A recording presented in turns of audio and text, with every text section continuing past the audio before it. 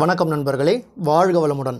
2024ஆம் ஆண்டிற்கு விடை கொடுத்து 2025ஆம் ஆண்டில் காலடி எடுத்து வைக்கப் போகிறோம்.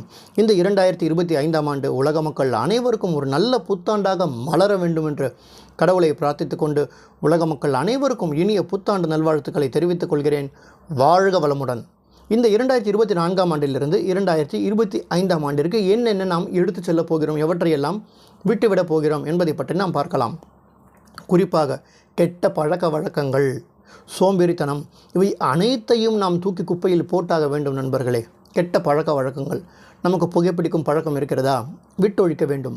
மது பழக்கம் இருக்கிறதா, விட்டொழிக்க வேண்டும். இவை அனைத்தையும் இந்த 2024ஆம் ஆண்டிலேயே விட்டுவிட்டு 2025ஆம் ஆண்டிற்கு ஒரு புதிய மனிதராக பிறப்படுத்தி நாம் செல்லும்போது இந்த 2025ஆம் ஆண்டு உங்கள் அனைவருக்கும் நம் அனைவருக்கும் ஒரு நல்ல புத்தாண்டாக அமையும் என்பதில் எந்த விதமான ஒரு மாற்று கருத்துக்கும் இடம் கிடையாது. சோம்பேறித்தனம் இவற்றை நாம் அறவே ஒழித்து விட வேண்டும் நண்பர்களே.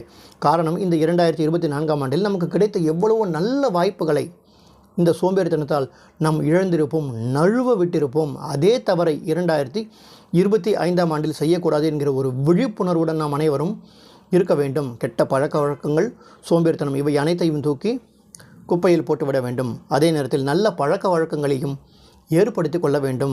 காலையில் எழுந்தவுடன் உடற்பயிற்சி செய்வேன் என்கிற ஒரு திட சங்கல்பத்தை அனைவரும் ஏற்படுத்தி கொள்ளுங்கள். உடற்பயிற்சி என்பது மிக மிக முக்கியமானது நண்பர்களே. நீங்கள் உடற்பயிற்சி செய்யும்போது உங்களுடைய உச்சந்தலை முதல் உள்ளங்கால் வரை அனைத்து நரம்புகளும் தூண்டப்படுகின்றன, இரத்த ஓட்டம் சீராக இருக்கின்றன. நீங்கள் உங்களுடைய உடலை ஆரோக்கியமாக வைத்து கொள்ளும் போது நீங்கள் எந்த ஒரு பணியை செய்தாலும் சிறப்புடன், கவனமாக, ஈடுபாட்டுடன் செய்ய முடியும். அந்த வேலையும் சிறப்பாக இருக்கும். நீங்கள் எதிர்பார்த்ததை போன்று உங்களை ரிசல்ட் என்று சொல்வோம் அல்லவா, அந்த ஒரு திருப்தியும் உங்களுக்கு கிடைக்கும். ஆகையால் தினந்தோறும் கட்டாயமாக உடற்பயிற்சி செய்வேன் என்கிற ஒரு திட சங்கல்பத்தை அனைவரும் ஏற்படுத்தி கொள்ளுங்கள். அதே போன்று வீட்டு உணவை நான் சாப்பிடப் போகிறேன், வெளியில் ஃபாஸ்ட் ஃபுட் என்று சொல்வோம் அல்லவா, துரித உணவுகள், ஃபாஸ்ட் ஃபுட் இவற்றை தவிர்க்கப் போகிறேன் என்கிற ஒரு திட சங்கல்பத்தையும் தயவுசெய்து அனைவரும் ஏற்படுத்தி கொள்ளுங்கள்.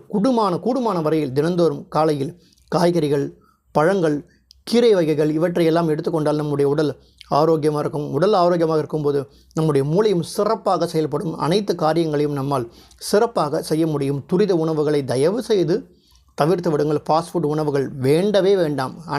அவற்றை தவிர்த்து விடுங்கள், தேவையில்லை என்கிற ஒரு முடிவுக்கு வந்து விடுங்கள். வீட்டு உணவை எடுத்துக்கொள்ளலாம். அடுத்ததாக நல்ல பழக்க வழக்கங்களில் புத்தகம் வாசிப்பது.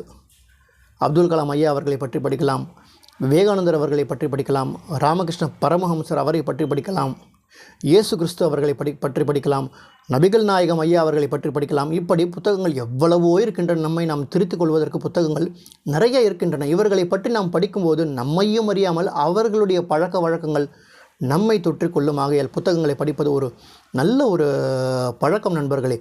புத்தகங்களை போன்ற ஒரு நெருங்கிய நண்பனை நம்மால் எங்கும் காண இயலாது. இன்றும் கூட நான் வெளியூருக்கு பயணம் செய்யும்போது என்னுடைய பையில் ஒரு புத்தகம் கட்டாயமாக இருக்கும். ஓஷோ அவர்களின் புத்தகம், மிகப்பெரிய ஒரு பேச்சாளர் ஓஷோ, அவருடைய புத்தகம், அல்லது விவேகானந்தருடைய புத்தகம், ராமகிருஷ்ண பரமஹம்சர் அவருடைய புத்தகம் என்று ஏதாவது ஒரு புத்தகம் என்னுடைய பையில் எப்போதும் இருந்து கொண்டே இருக்கும். புத்தகம் இல்லாமல் நான் வெளியில் செல்லவே மாட்டேன் நண்பர்களே.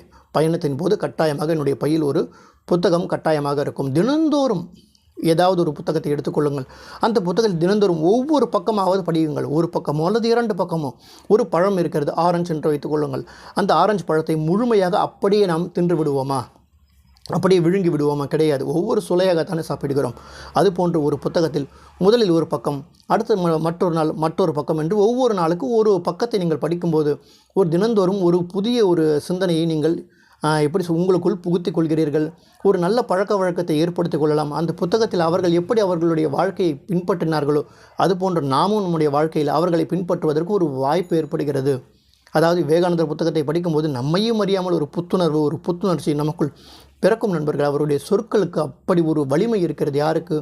விவேகானந்தருடைய புத்தகங்களுக்கு. ஆகையால் புத்தகங்களை தினந்தோறும் படிக்கும் பழக்கத்தை தயவு செய்து அனைவரும் ஏற்படுத்தி கொள்ளுங்கள். அடுத்ததாக மரக்கன்றுகளை நடப்போகிறேன், தோட்டங்களை அமைத்து கொள்ளப் போகிறேன் என்று ஒரு சங்கல்பத்தை ஏற்படுத்திக் கொள்ளுங்கள். மரக்கன்றுகளை நடும்போது அது நமக்கும் பயனுள்ளதாக இருக்கிறது, அனைவருக்கும் பயனுள்ளதாக இருக்கிறது. மரக்கன்றுகளை நடலாம், அதை தினந்தோறும் பராமரிக்கலாம், தண்ணீர் ஊற்றி. இப்படி ஒரு நல்ல பழக்க வழக்கங்களை நாம் ஏற்படுத்தி கொள்ளலாம். அது நமக்கும் நல்லது, பிறருக்கும் நல்லது. அதே போன்று நாளை நாம் என்ன செய்ய போகிறோம் என்பதை இன்றே அதற்கு திட்டமிட்டு விட வேண்டும். ஒரு பட்டியலை நாம் ஏற்படுத்தி கொள்ள வேண்டும். உதாரணமாக 2025ஆம் ஆண்டில் நாம் என்னென்ன செய்ய போகிறோம், என்னென்ன பிழைகள் 2024ஆம் ஆண்டில் செய்தோம், அதே தவறுகளை இந்த 2025ஆம் ஆண்டில் செய்யக்கூடாது, எப்படி அந்த பிழைகளை நம்ம திருத்தி கொண்டு எப்படி செயல்முறையில் நடைமுறையில் கொண்டு வரப்போகிறோம் என்பதை ஒரு பட்டியலிட்டு, அதாவது 12 மாதங்கள் என்ற 12 மாதங்கள் இருக்கின்றன. ஒவ்வொரு 3 மாதங்கள், முதல் 3 மாதங்கள் நீங்கள் என்ன செய்ய போகிறீர்கள், அதற்கு அடுத்த 3 மாதங்கள் என்ன செய்ய போகிறீர்கள், பிறகு 6 மாதங்கள் நீங்கள் அதாவது ஒரு பள்ளிக்கூடத்தை எடுத்துக்கொள்ளுங்கள் அல்லது ஒரு மிகப்பெரிய ஒரு அலுவலகத்தை எடுத்துக்கொள்ளுங்கள்.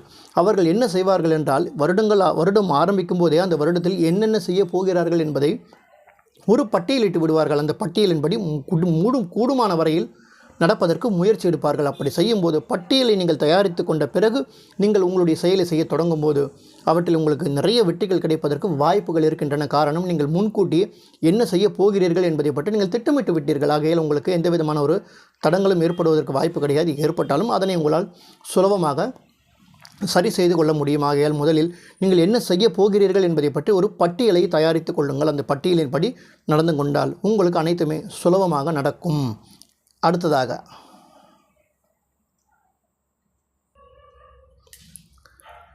மாதத்தில் ஒரு முறை நீங்கள் உங்களால் முடிந்த உதவிகளை பிறருக்கு செய்யுங்கள்.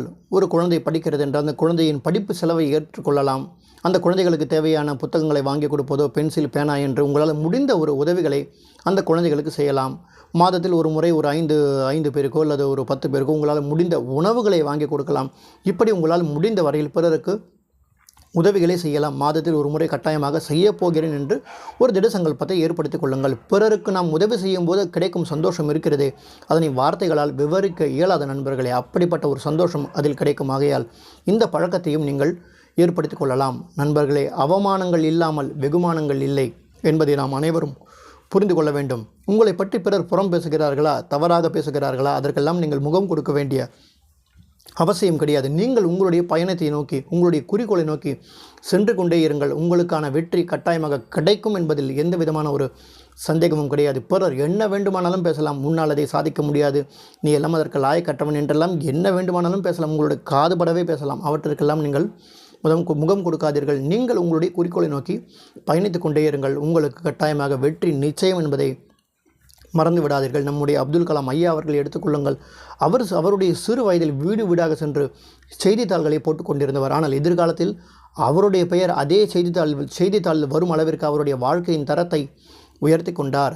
அவர் அந்த அவமானங்களுக்கும் பிறர் என்ன இப்படி பேசுகிறார்களே, அப்படி பேசுகிறார்களே என்று அதற்கெல்லாம் முகம் கொடுத்திருந்தார் என்றால் அவரால் வாழ்க்கையில் வெற்றி பெற்றிருக்க முடியுமா? முடியாது. ஆகையால் நீங்களும் அப்துல் கலாம் ஐயா அவர்களை போன்று, விவேகானந்தர் அவர்களை போன்று, இப்படி உங்களுக்கு பிடித்தமான ஒரு ஹீரோ, ஒரு கதாநாயகன் என்று சொல்வோம் அல்லவா, அவர்களை ரோல் மாடலாக எடுத்துக்கொண்டு நானும் இவரை போன்று கட்டாயமாக என்னுடைய வாழ்க்கையில் உயரப் போகிறேன் என்று ஒரு திட சங்கல்பத்தை ஏற்படுத்தி கொண்டு வாழ்க்கையில் அவர்களை பின்பற்றலாம்.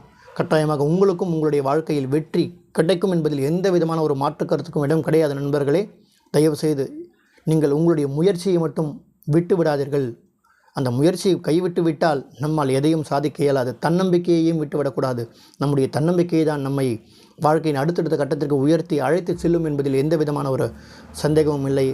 உங்கள் அனைவருக்கும் மறுபடியும் ஒருமுறை புத்தாண்டு நல்வாழ்த்துக்களை தெரிவித்துக் கொள்கிறேன். நீங்கள் அனைவரும் அருட்பேராற்றல் கருணையினால் உடல்நலம், நீள ஆயுள், நிறை செல்வம், உயர் புகழ், மெய்ஞானம் என அனைத்தும் பெற்று ஓங்கி வாழ வேண்டும் என்று இறைவனை பிரார்த்தித்துக் கொள்கிறேன். மறுபடியும் அனைவருக்கும் புத்தாண்டு நல்வாழ்த்துக்களை தெரிவித்துக் கொள்கிறேன். இவை அனைத்தையும் வாழ்க்கையில் கடைப்பிடியுங்கள். வாழ்க்கையில் வெற்றி பெறுங்கள். நன்றி, வணக்கம், வாழ்க வளமுடன்.